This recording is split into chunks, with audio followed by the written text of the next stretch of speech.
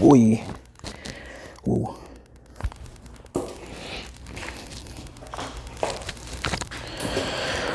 All right, dudes.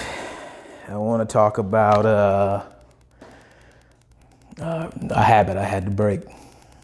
Now, before I do that, I wanted to say I'm not a doctor, not a specialist. I probably don't even know what I'm talking about.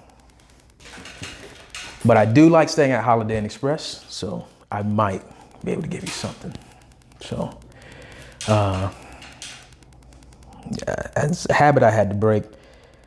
That I've been testing it out for 6 years, actually, since August 2014 is when I first tried to break the habit. And I was good for about 20 days, and then I went back, and then a couple times in there throughout the years, I will go on it for a week or two, and then go back to old habits. Kind of by design, because I needed to know that I was ready to snap out of it for good. And if I wasn't feeling it, I guess that's everybody though. I guess if you're not feeling it, you're gonna make that excuse. So maybe I just caught myself giving myself an excuse for why I didn't handle business in 2014 and 2014. So that's cool. I like that. But a habit that I had to break was sugar. A lot of like added sugars, because that for me, it seems like the one that got me the most. You know, I would eat a lot of bread, eat a lot of fried foods, eat a lot of junk that had all those added sugars in there, and just keep weight on you and keep putting it on you and making me sluggish and doing all kinds of things. And so for me, after testing it out time and time again, I finally knew June 2019, I'd planned it out. June 2019, when I got back from the West Coast, a visit from the West Coast, that I would stop. And I had the game plan. I knew how much protein and carbs I was going to eat every day, and I had it, and I put it into play. And the first thing I did to break it was I cut the sugar out, the added sugars. I think I would have no more than 4 a day. Sometimes you just can't avoid them, I guess. 4 to 8 or something. For no more, probably sometimes 1 or 2 grams of added sugars a day. I keep it like that now, still too. I don't have any. Actually, I do, because if my daughter cooks a grilled cheese sandwich, I'll take a bite. That's like she makes a grilled cheese sandwich with an egg. She gives me a bite, and it's like, yes. And then it's maybe the only added sugars I have in a day when it's not cheat day. So I'm telling on myself there, but that's it. I took out cheese and shredded cheese, cheddar cheese in my breakfast, just so that when she makes a grilled cheese, I can take a bite. So I did make up for that in some kind of way, I guess. But the first thing I did to break the sugar was I got off it strictly for 6 weeks. The first time was 6 weeks. It was a 6-week period. And for 2 of those weeks, I didn't even have fruit. I wanted to get all sugar out of my system. So the first 2 weeks I did all sugar, just straight sugar, nothing. And it was difficult. I think for like 8 or 9 days, 7, 8, 9 days, I was in rough shape. You're in rough shape. You feel it. Headaches. You don't feel yourself. You feel sluggish. You feel like crap. And then after that, you start to wake up a little bit. Well, once I was able to add fruit back, it was like eating candy.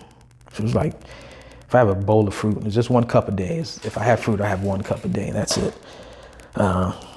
It's like when you go back to fruit after clearing all your palate of all sugar of any kind. I don't mess with the low-fat sugar. I don't mess with any of that. I don't mess with anything that tastes sweet, that says it's not sugar, it just tastes like sugar. I don't do any of that. Nothing. I cut it all out. So my taste buds forgot what sugar tasted like. So when I got back on fruit after 2 weeks, it was like eating a high-powered Jolly Rancher. That was refreshing. So that was, for me, it was going to make the next 4 weeks easy.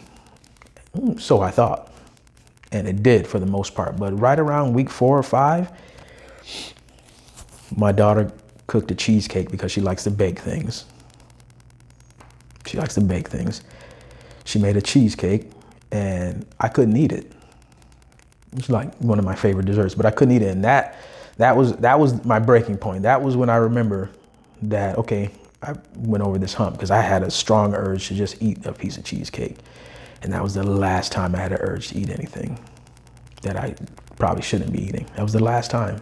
That was around week four or five in that first 6 weeks. Now, after the first 6 weeks, Saturdays are my cheat day every 3 weeks now, but at that point it was 6 weeks. After that first 6 weeks, it was a Saturday. Filet of fish, man.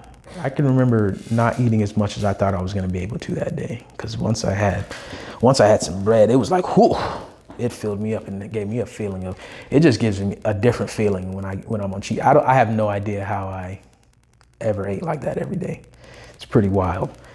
After that first cheat day, I was really nervous about falling back into where I'd fallen into before. I was afraid. But I had the cheat day, and I was gonna make it 3 weeks at that time, and I said, nah, I'll do another 6 weeks just in case. I wanted to see if I could do it. I was supposed to be 3 weeks after that first 6 weeks, but I didn't feel like that was enough, so I did another 6 weeks. So I did the second 6 weeks, and that was pretty easy at that point. And that was cool for that. So for that 12-week period of time, I had the one cheat day, and in that time, in those 12 weeks, I had not even a bite of grilled cheese. I had no slip-ups whatsoever. I kept it completely clean, and I probably kept it. I've kept it completely clean most weeks that I'm not supposed to eat sugar.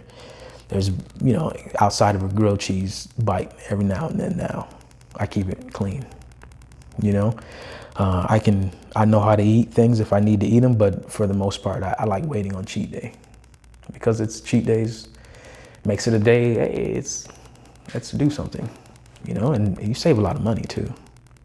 I save a lot of money breaking this sugar habit. The difficulty of it all, it's difficult, especially when you're on the other side of it, when you haven't done it yet. It's breaking the sugar habit is difficult.